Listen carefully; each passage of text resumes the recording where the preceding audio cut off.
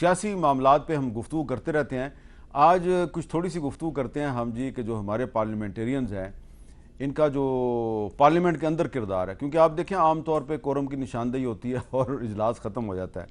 تو یہ جس ڈاکومنٹ کا میں نے پہلے ذکر کیا تھا اس میں ایک بہت ہی انٹرسٹنگ چیز ہے، اور وہ یہ ہے کہ پاکستان کی جو پارلیمنٹ کے ارکان ہیں ان کی جو سیلریز ہیں، ان کی تنخواہیں ہیں، ان کو کمپیئر کیا گیا انڈیا، بنگلہ دیش، سری لنکا اور نیپال کے ساتھ. تو اس میں اگر آپ دیکھیں بڑی انٹرسٹنگ چیز ہے کہ نیپال کی جو پر کیپٹا انکم ہے وہ $1536 ہے، اور نیپال کے جو ممبر ہیں پارلیمنٹ کے ان کی جو تنخواہ ہے وہ ماہانہ $600 بنتی ہے. پر کیپٹا انکم 1536 اور تنخواہ ہے $600. سری لنکا والوں کی جو پر کیپٹا انکم ہے وہ $5000 کے قریب ہے اور تنخواہ جو ہے وہ $1100 ہے. بنگلہ دیش کی جو پر کیپٹا انکم ہے وہ $2557 ہے اور تنخواہ جو ہے ان کے ارکان پارلیمنٹ کی $1400 ہے. بھارت کی جو پر کیپٹا انکم ہے وہ $2700 ہے اور ان کے ارکان پارلیمنٹ کی تنخواہ ہے $2913 پر منتھ. پاکستان کی جو پر کیپٹا انکم ہے وہ $1595 ہے اور ارکان پارلیمنٹ کی جو تنخواہ ہے وہ $3530 پر منتھ ہے، ساؤتھ ایشیا میں سب سے زیادہ.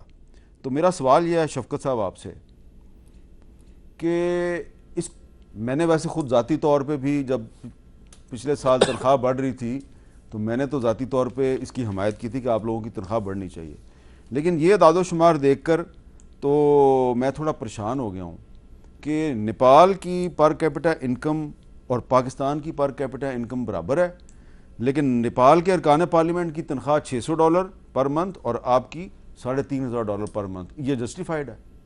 دیکھیے میں تو صرف اتنی بات کرتا ہوں کہ دو چیزیں ہیں، یا تو تنخواہ نہ ہو، کوئی نہ لے تنخواہ، ٹھیک ہے، یہ ضروری بھی نہیں ہے. اگر تنخواہ ہی دینی ہے تو پھر آپ تنخواہ پہ یہ بحث نہیں کر سکتے کہ یہ بہت زیادہ ہے. اگر کوئی شخص سارا اپنا کام چھوڑ کر صرف وہ یہ کہتا ہے کہ میں پارلیمنٹیرین ہوں اور میرے ذمہ یہ ایک ڈیوٹی ہے اور میں نے پارلیمنٹ کا کام کرنا ہے، تو بینگ پارلیمنٹیرین اس کی تنخواہ یہ آپ یہ نہیں کہہ سکتے کہ یہ اتنی زیادہ تنخواہ ہے. ٹھیک ہے. ناز بلوچ صاحب آپ اس پہ کیا کہیں گے؟ یہ جسٹیفائڈ ہے اتنی زیادہ تنخواہ؟ انڈیا کے ارکان پارلیمنٹ سے بھی زیادہ تنخواہ ہے. نہیں دیکھیے ایشوز تو ڈیفینیٹلی ہیں، اور جب ہم پبلک ریپرزینٹیٹیو ہیں اور ہم پبلک کے ساتھ ریلیٹ کرتے ہیں تو جس قسم کی غربت ہے، جو انفلیشن ہے، اس کو مد نظر رکھتے ہوئے یہ سوال تو اٹھتا ہے. اس سوال میں کوئی شک نہیں ہے، لوگ سوال تو کرتے ہیں. دوسری جانب یہ بات بھی درست ہے کہ پارلیمنٹیرینز اپنے پورے وقت کو صرف کر دیتے ہیں صرف اپنے پارلیمنٹ اور اس کاز کے لیے، ٹریولنگ، اپنے شہروں سے جانا آنا، اور پورا ٹائم وہ اپنا دیتے ہیں پارلیمنٹ کو، ایوان کو. اور صرف بزنس نہیں ہوتا، اسٹینڈنگ کمیٹیز ہوتی ہیں، بہت زیادہ کام ہوتا ہے.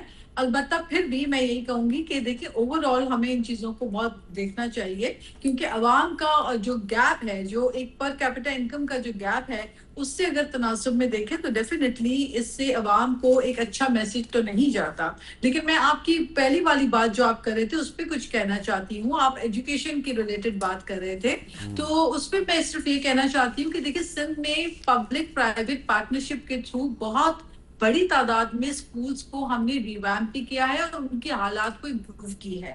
اور میں سمجھتی ہوں یہ اچھا ماڈل ہے اور اس ماڈل کو دوسرے صوبوں کو بھی اپنانا چاہیے. ہاں آپ اگر کہہ رہے ہیں کہ انڈر میٹرک، تو یہ بڑی سرپرائزنگ بات ہے کیونکہ ہماری جو پالیسی ہے انٹری ٹیسٹ کی، اس میں بی ایڈ شرط ہے، اس میں بیچلرز شرط ہے. تو یہ ایک بڑی تشویشناک بات ہے کہ انڈر میٹرک جو ہے وہ کون سے ٹیچرز ہیں جو سرکاری طور پہ سرو کر رہے ہیں. یہ بات پالیسی کے خلاف ہے اور پالیسی ایسی سندھ میں ہے نہیں کہ آپ انڈر میٹرک ٹیچرز رکھیں. اس کا مطلب ہے کہ پھر مجھے اب 1500 جو انڈر میٹرک ٹیچرز ہیں ان کی ڈیٹیل بھی آپ کو بتانی پڑے گی. جی بالکل بالکل حامد میر صاحب، میں آپ کی حامد میر صاحب میں سے بات کروں، دیکھیے آپ کی بالکل اس پہ کوئی شک نہیں ہے. آپ کی ورکنگ، آپ کی جو اسٹیٹسٹکس آپ دیتے ہیں وہ ہمیشہ I do trust it completely. لیکن میرا سوال یہ ہے کہ اگر یہ ہے کہیں پر تو we have to definitely look on this matter. یہ سیریس ایشو ہے, ایسا نہیں ہونا چاہیے. جی ڈاکٹر صاحب آپ کچھ اور مجھے لگتا میں نہیں تنخواہ کے حوالے سے کہ تین بڑے انٹرسٹنگ فیکٹس آپ کے سامنے رکھنا جتنی چاہتا ہوں. سخت پالیسی سندھ میں آلریڈی ایگزسٹ کرتی ہے, یہاں پہ پی ایس ٹی کے ایگزامز دے کر کوالیفائی کر کے ٹیچرز لگتے ہیں. یہاں تو گریڈ 1 سے 4 کے کوئی جو ہے وہ. چلیں ذرا ڈاکٹر صاحب تنخواہوں کے بارے میں کچھ کہنا چاہ رہے ہیں. یہ سب تین بڑے انٹرسٹنگ فیکٹس ہیں جو پارلیمنٹیرینز کی تنخواہ کے حوالے سے آپ نے سوال کیا ہے. پچھلے سال بڑی اچھا اس پہ کافی لے دے ہوئی, کچھ نے کہا کہ ٹھیک ہے, کچھ نے کہا کہ غلط ہے. پہلی بات تو میں یہ واضح کر دوں کہ جتنی ایک پارلیمنٹیرین کی ایم این اے کی تنخواہ ہے اتنی تنخواہ ایک وزیر کی ہے, برابر ہے. دوسری بات یہ ہے کہ جو چلیں وزیر کو کچھ مراحت ملتی ہیں, ظاہر ہے گاڑی ہے, آپ کا دفتر ہے, اسٹاف ہے. ایم این اے کو کوئی مراحت نہیں ملتی. اس تنخواہ میں اس نے گاڑی بھی اپنی رکھنی ہے, ڈرائیور بھی اپنا رکھنا ہے, اسٹاف بھی اپنا رکھنا ہے. اگر وہ کوئی ریسرچ ورک کرتا ہے, کوئی ہلکے کے کام کرتا ہے, ظاہر ہے چاہیے ہوتا ہے بندے. میں ذرا کمپلیٹ کروں بس. دوسری انٹرسٹنگ بات یہ ہے, اس لیے میں سمجھتا ہوں اتنی اس طرح نہیں ہے کہ آؤٹ آف دا ورلڈ ہے. فیڈرل سیکرٹری کی تنخواہ ہم سے زیادہ ہے, ایم این اے سے زیادہ ہے, ٹھیک ہے جی. دوسری بات, یہ جو تنخواہ بڑھنے والا بل تھا نا, پچھلے 2.5 سال میں یہ واحد بل ہے جس پہ اپوزیشن نے ہماری سپورٹ کی ہے اسمبلی میں. اس کے لیے ہم ان کے مشکور ہیں. ایک بل پہ انہوں نے سپورٹ کی تھی, تنخواہ بڑھانے والا بل. تیسری بات یہ ہے کہ پر کیپیٹا انکم سے تنخواہ کا مقابلہ اپنی جگہ پہ, لیکن اس سے زیادہ امپورٹنٹ یہ ہے کہ کیا جو پارلیمنٹیرین کی تنخواہ لے رہا ہے کیا اسے جسٹیفائی کر رہا ہے.